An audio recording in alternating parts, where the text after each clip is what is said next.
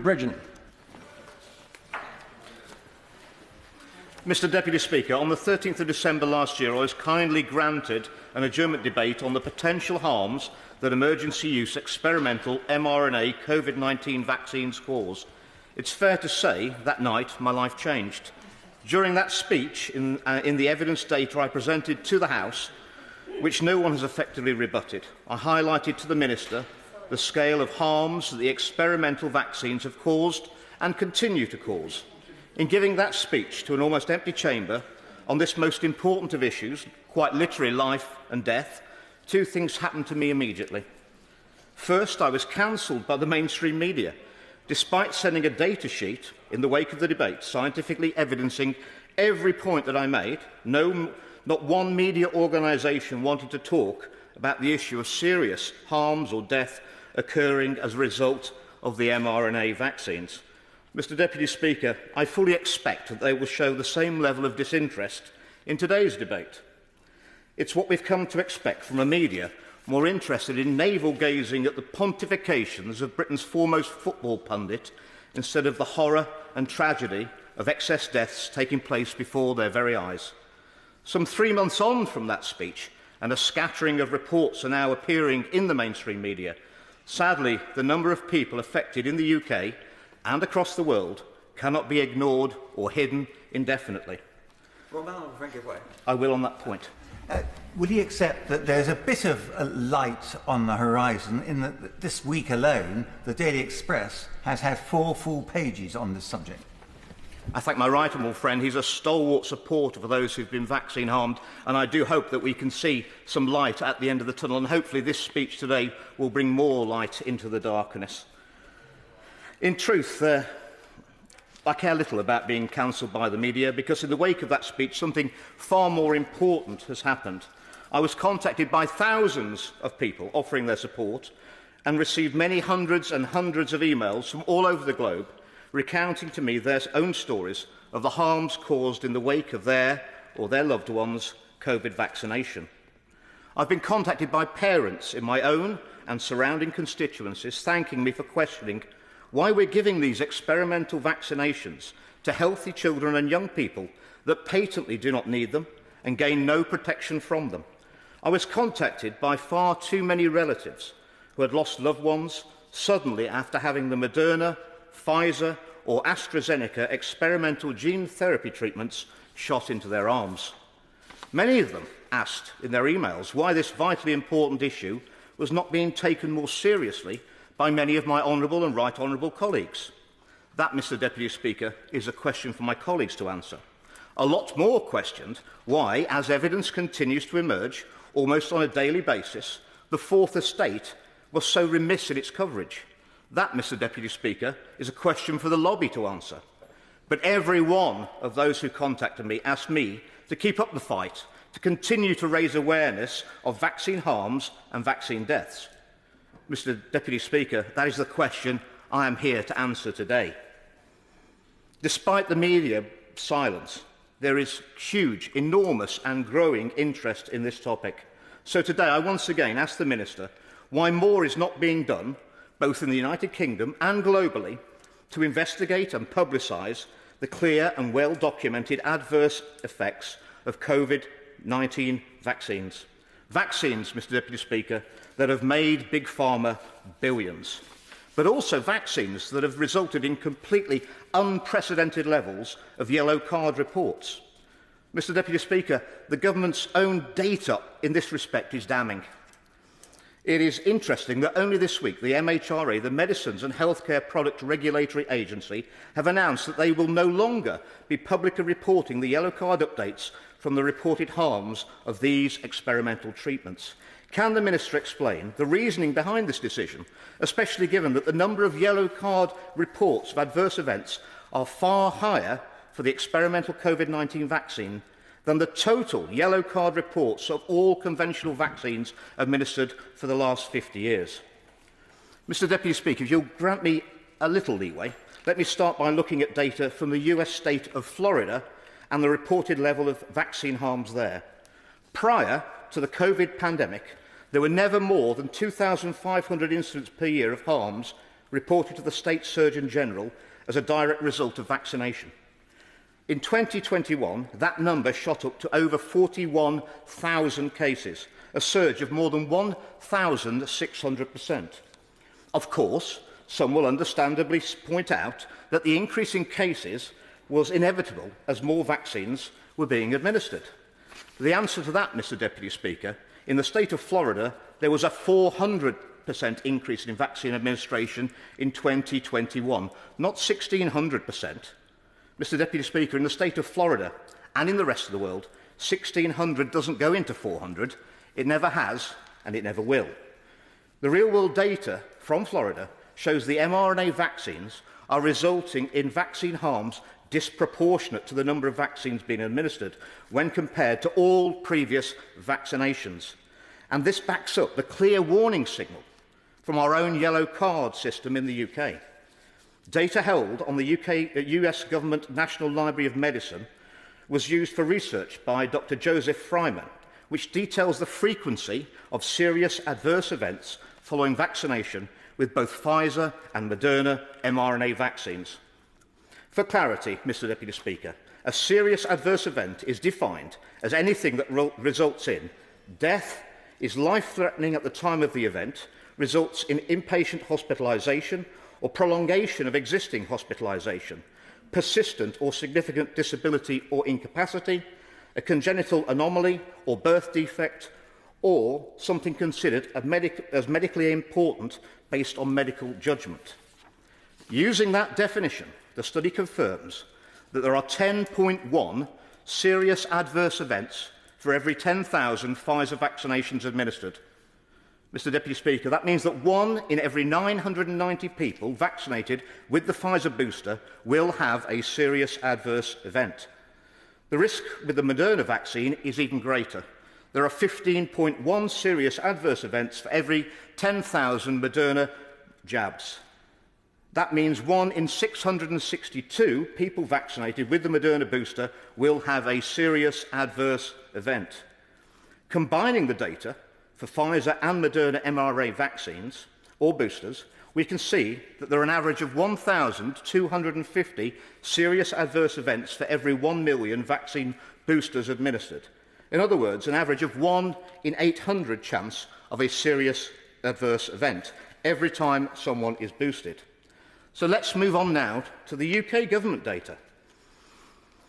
On the 25th of January of this year, the Department of Health and Social Care published data from a presentation given by the UK Health Security Agency to the JCVI, the Joint Committee on Vaccination and Immunisation. The data published split the population into groups by age and further divided those age groups into those considered healthy and at risk. The numbers needed to vaccinate, or the NNV, for each of these subgroups were calculated to firstly prevent a single hospitalisation and secondly a single serious hospitalisation requiring oxygen or intubation, effectively intensive care. The figures are stark, Mr. Deputy Speaker. What I'm quoting from is the government's own published data. To prevent just one healthy adult aged between 50 and 59 from being hospitalised due to COVID, the government's own data states that 43,600 people had to be given an autumn booster jab. With a serious adverse event rate of 1 in 800, that means that in the healthy 50 to 59-year-old group, as a result of using the mRNA boosters, 55 people would die or be put into hospital with side effects to prevent one single case of COVID preventing in hospital. The same data shows that for the healthy younger people, the number needed to be boosted to prevent a single hospital admission with COVID-19 is far higher. 92,500 booster jabs were required to be administered to prevent one hospitalisation due to COVID in the healthy 40 to 49-year-old group, which would simultaneously have put 116 people at probability of death or serious adverse reaction into hospital from the jab.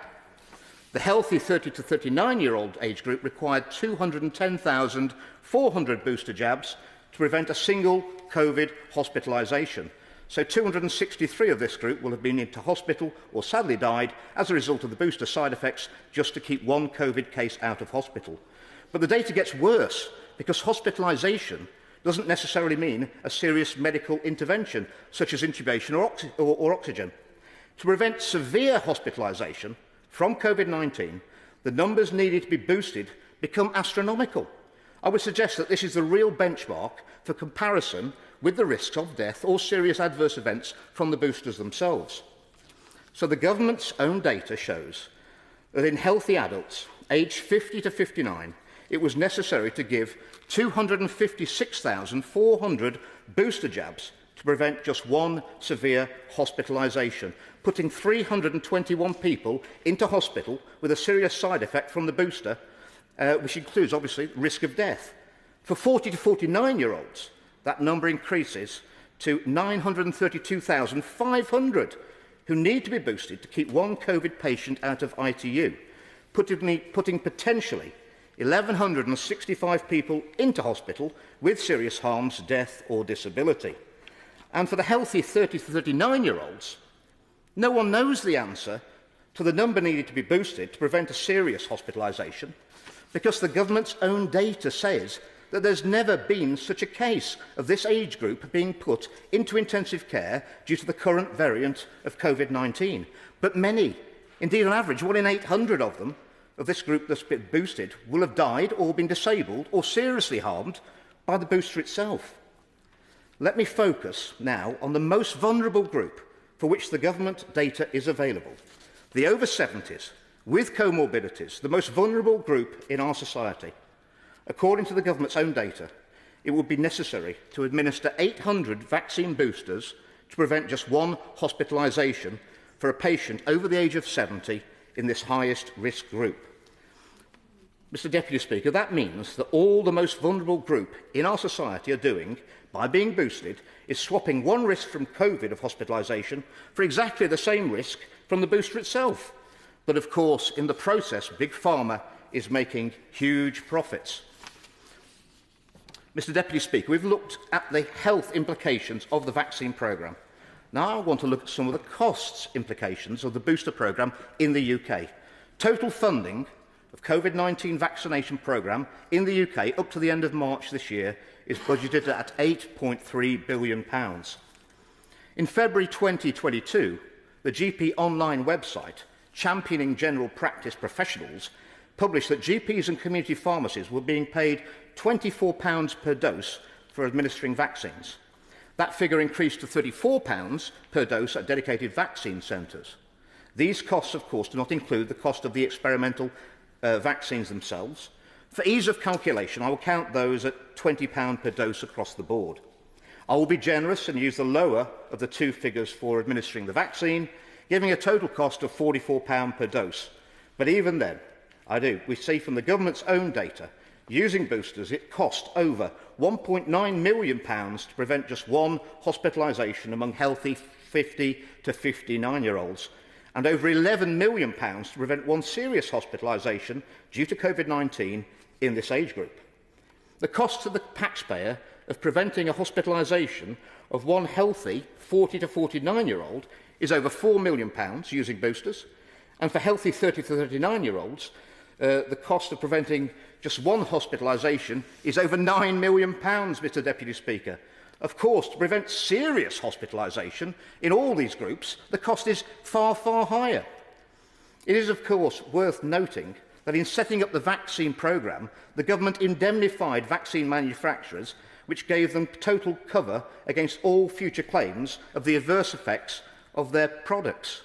Given what I've already explained about the incidence of serious side effects, that cost may well be extremely significant to the taxpayer on top of the obvious human tragedy and loss which is self-evidently happening. The data is clear. For all healthy people and all those considered at risk under 70, the probability of being seriously harmed by COVID are seriously outweighed by the risk associated from the experimental vaccines and boosters. Even for the most vulnerable group, the over 70s, with health problems, the risks are absolutely identical. The government data comments not only on the efficacy and effectiveness of the autumn booster campaign, which I've quoted from, we've already had that. But it also looks forward to this year's booster campaign. Not unsurprisingly, it predicts the same level of efficacy from the same boosters put into the same arms. Surely, in light of the data, that we're not going to continue with this absolute madness. Mr. Deputy Speaker, if we were to perpetuate this, what we'll actually be doing is engaging in very expensive state-sponsored self-harm on a national level. Mr. Deputy Speaker, in the winter of 2020, the experimental mRNA vaccines were announced to the British public as being safe and effective. That narrative was repeated by the Vaccine Minister in her response to my speech in this place on the 13th of December. It is interesting that today the NHS website describes the experimental vaccines as safe and important, and it describes serious side effects as being very rare. But the truth, as we know, is somewhat different. 1 in 800 is not rare, especially when the public is expected to take multiple doses, exposing themselves again and again to the same risk. Mr. Deputy Speaker, the government needs to be honest about this, just like they need to be honest about the fact that the MHRA is funded 86% by Big Pharma. The experimental mRNA vaccines from the manufacturer's own trial data are not safe, with an average of 1 in 800 people taking them facing death or serious injury as a result. Despite the initial and repeated assurances, the experimental mRNA vaccines from the government's own data, they're not effective at preventing infection, transmission or hospitalisation from COVID-19. The experimental mRNA vaccines are not necessary given the risk-benefit of the treatment, and the experimental mRNA vaccines are costing the country a fortune and creating huge pressure on the NHS from the side effects. I would therefore ask the Minister, given that the data released on the 25th of January by the UK Health Security Agency was actually presented to the JCVI on the 25th of October 2022, why was the booster rollout not halted last October, given the clear lack of efficacy and the evidence of risks being greater than the benefit to all age groups, except possibly the over 70s, with underlying health conditions where the risk was absolutely identical? Was the data presented to the JCVI passed to the MHRA? If so, when? And if not, why not? Why were the MHRA still asking the government to authorise the experimental vaccines to be administered to children down to the age of 6 months of age in December 2022, 6 weeks after the booster efficacy data was received by the JCVI? If the data was not passed to the MHRA, the Medicines and Healthcare Product Regulatory Agency, surely the JCVI should have spoken out against the vaccination of small children last December. I'm sure, Mr. Deputy Speaker, that despite the members of the JCVI having declared an interest of over £1 billion between them of investments in Big Pharma, this would never have influenced their judgment. Can the Minister also confirm the fact that 2/3 of NHS staff refused last autumn's booster? The simple facts are that in light of the government's own data, COVID vaccinations and boosters are not effective, and from the evidence of the yellow card system, they're not safe, and to the UK taxpayer, they are not value for money. Indeed, given the side effects, Mr. Deputy Speaker, if they were free, we couldn't afford them. The only ones who really benefit from the booster rollout are Big Pharma, with their licence to print money and indemnification against the harms of their products cause. Once again, Mr. Deputy Speaker, Big Pharma have put profits before people, and on this occasion, governments across the globe have been their willing marketing agents. The whole COVID-19 narrative is slowly unravelling. As I believe I've demonstrated today, Mr. Deputy Speaker, no one should have been boosted after the efficacy data was received on the 25th of October last year, and no one should be boosted in future based on that data. Given the evidence of harms by the boosters, I now believe that we have the full explanation of both the continuing excess deaths we've seen since the pandemic, 63,000 excess deaths in England and Wales in the last 12 months, and also the reason for the huge and unrelenting pressure of demand on the NHS. Mr. Deputy Speaker, it's the vaccines and the boosters and their side effects. Sadly, I am confident that I'll be proved correct. I sincerely wish it was not so. But the longer it takes our government to accept the truth, the more people will be harmed and die, The first step to putting right a problem is always to admit there is a problem. The government narrative of safe and effective is in tatters, as evidenced by their own data. 3 months on from my original speech in this House, we have surely now sacrificed enough of our citizens on the lives on the altar of ignorance and unfettered corporate greed to satisfy anyone. I therefore call on the government to immediately stop the mRNA vaccine booster programme and initiate a full public inquiry into not only the vaccine harms, but how every agency and institution set up to protect the public interest have failed so abysmally in their duties. I look forward to the Minister's response. I'm aware that it's neither his area of responsibility or expertise, and I will accept that any questions he can't answer at the dispatch box today, that he will send to me in writing. Minister Wilkins. Well, thank you, Mr Deputy Speaker. And as the honourable gentleman says, I'm responding to the debate on behalf of the honourable member for Lewis.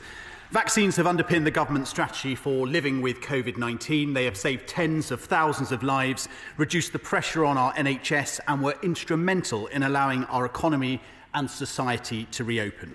COVID-19 has not gone away, and thousands of people in the United Kingdom continue to be infected each week. Vaccines remain our best line of defence and the most effective way to enable us to live with the virus. Countless studies have shown that vaccinated people are less likely to die or become seriously ill from the virus. And thanks to the huge efforts of NHS staff and, of course, the public, as of the 5th of March, over 144 million vaccine doses have been provided in England alone. This includes over 17 million in the recent autumn booster campaign, which concluded last month. Now, the honourable gentleman specifically referred to the efficacy of the mRNA COVID-19 boosters. And it's important, Mr Deputy Speaker, to put on record that all of the vaccines used in the UK COVID-19 vaccination programme have been through a rigorous approval process. The UK has some of the highest safety standards in the world, and the independent Medicines and Healthcare Products Regulatory Agency, the MHRA, is globally recognised for requiring high standards of quality, safety and effectiveness. And the mRNA COVID-19 boosters approved for use in the United Kingdom have also been through similar rigorous approval processes by the EMA in Europe and the FDA in the United States. And each potential COVID-19 vaccine is assessed by teams of scientists and clinicians on a case-by-case basis.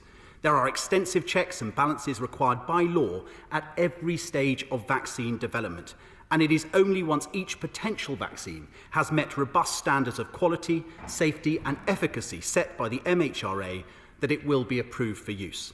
Now, both the mRNA and non-mRNA vaccines have already been administered as booster doses, with the majority of doses administered in the recent autumn booster being mRNA vaccines. And data shows that COVID-19 boosters have been highly effective in reducing hospitalisations and death, with the mortality rate consistently lower for people who have had at least a third dose or booster dose, compared with individuals who are unvaccinated or received just a first or second dose.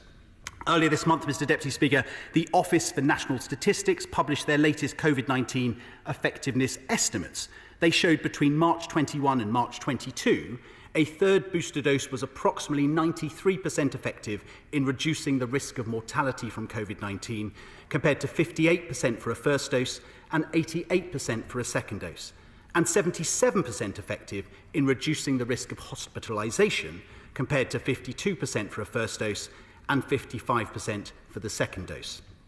This highlights the effectiveness of all COVID-19 vaccinations and shows that protection only increases following a third dose or booster, as supported by other extensive research, such as the UK HSA surveillance reports. And the most recent data from UK HSA on the autumn 22 booster campaign showed that the mRNA bivalent boosters provided incremental protection against hospitalisations on top of the protection already provided by previous doses in the period following the 5th of September 22.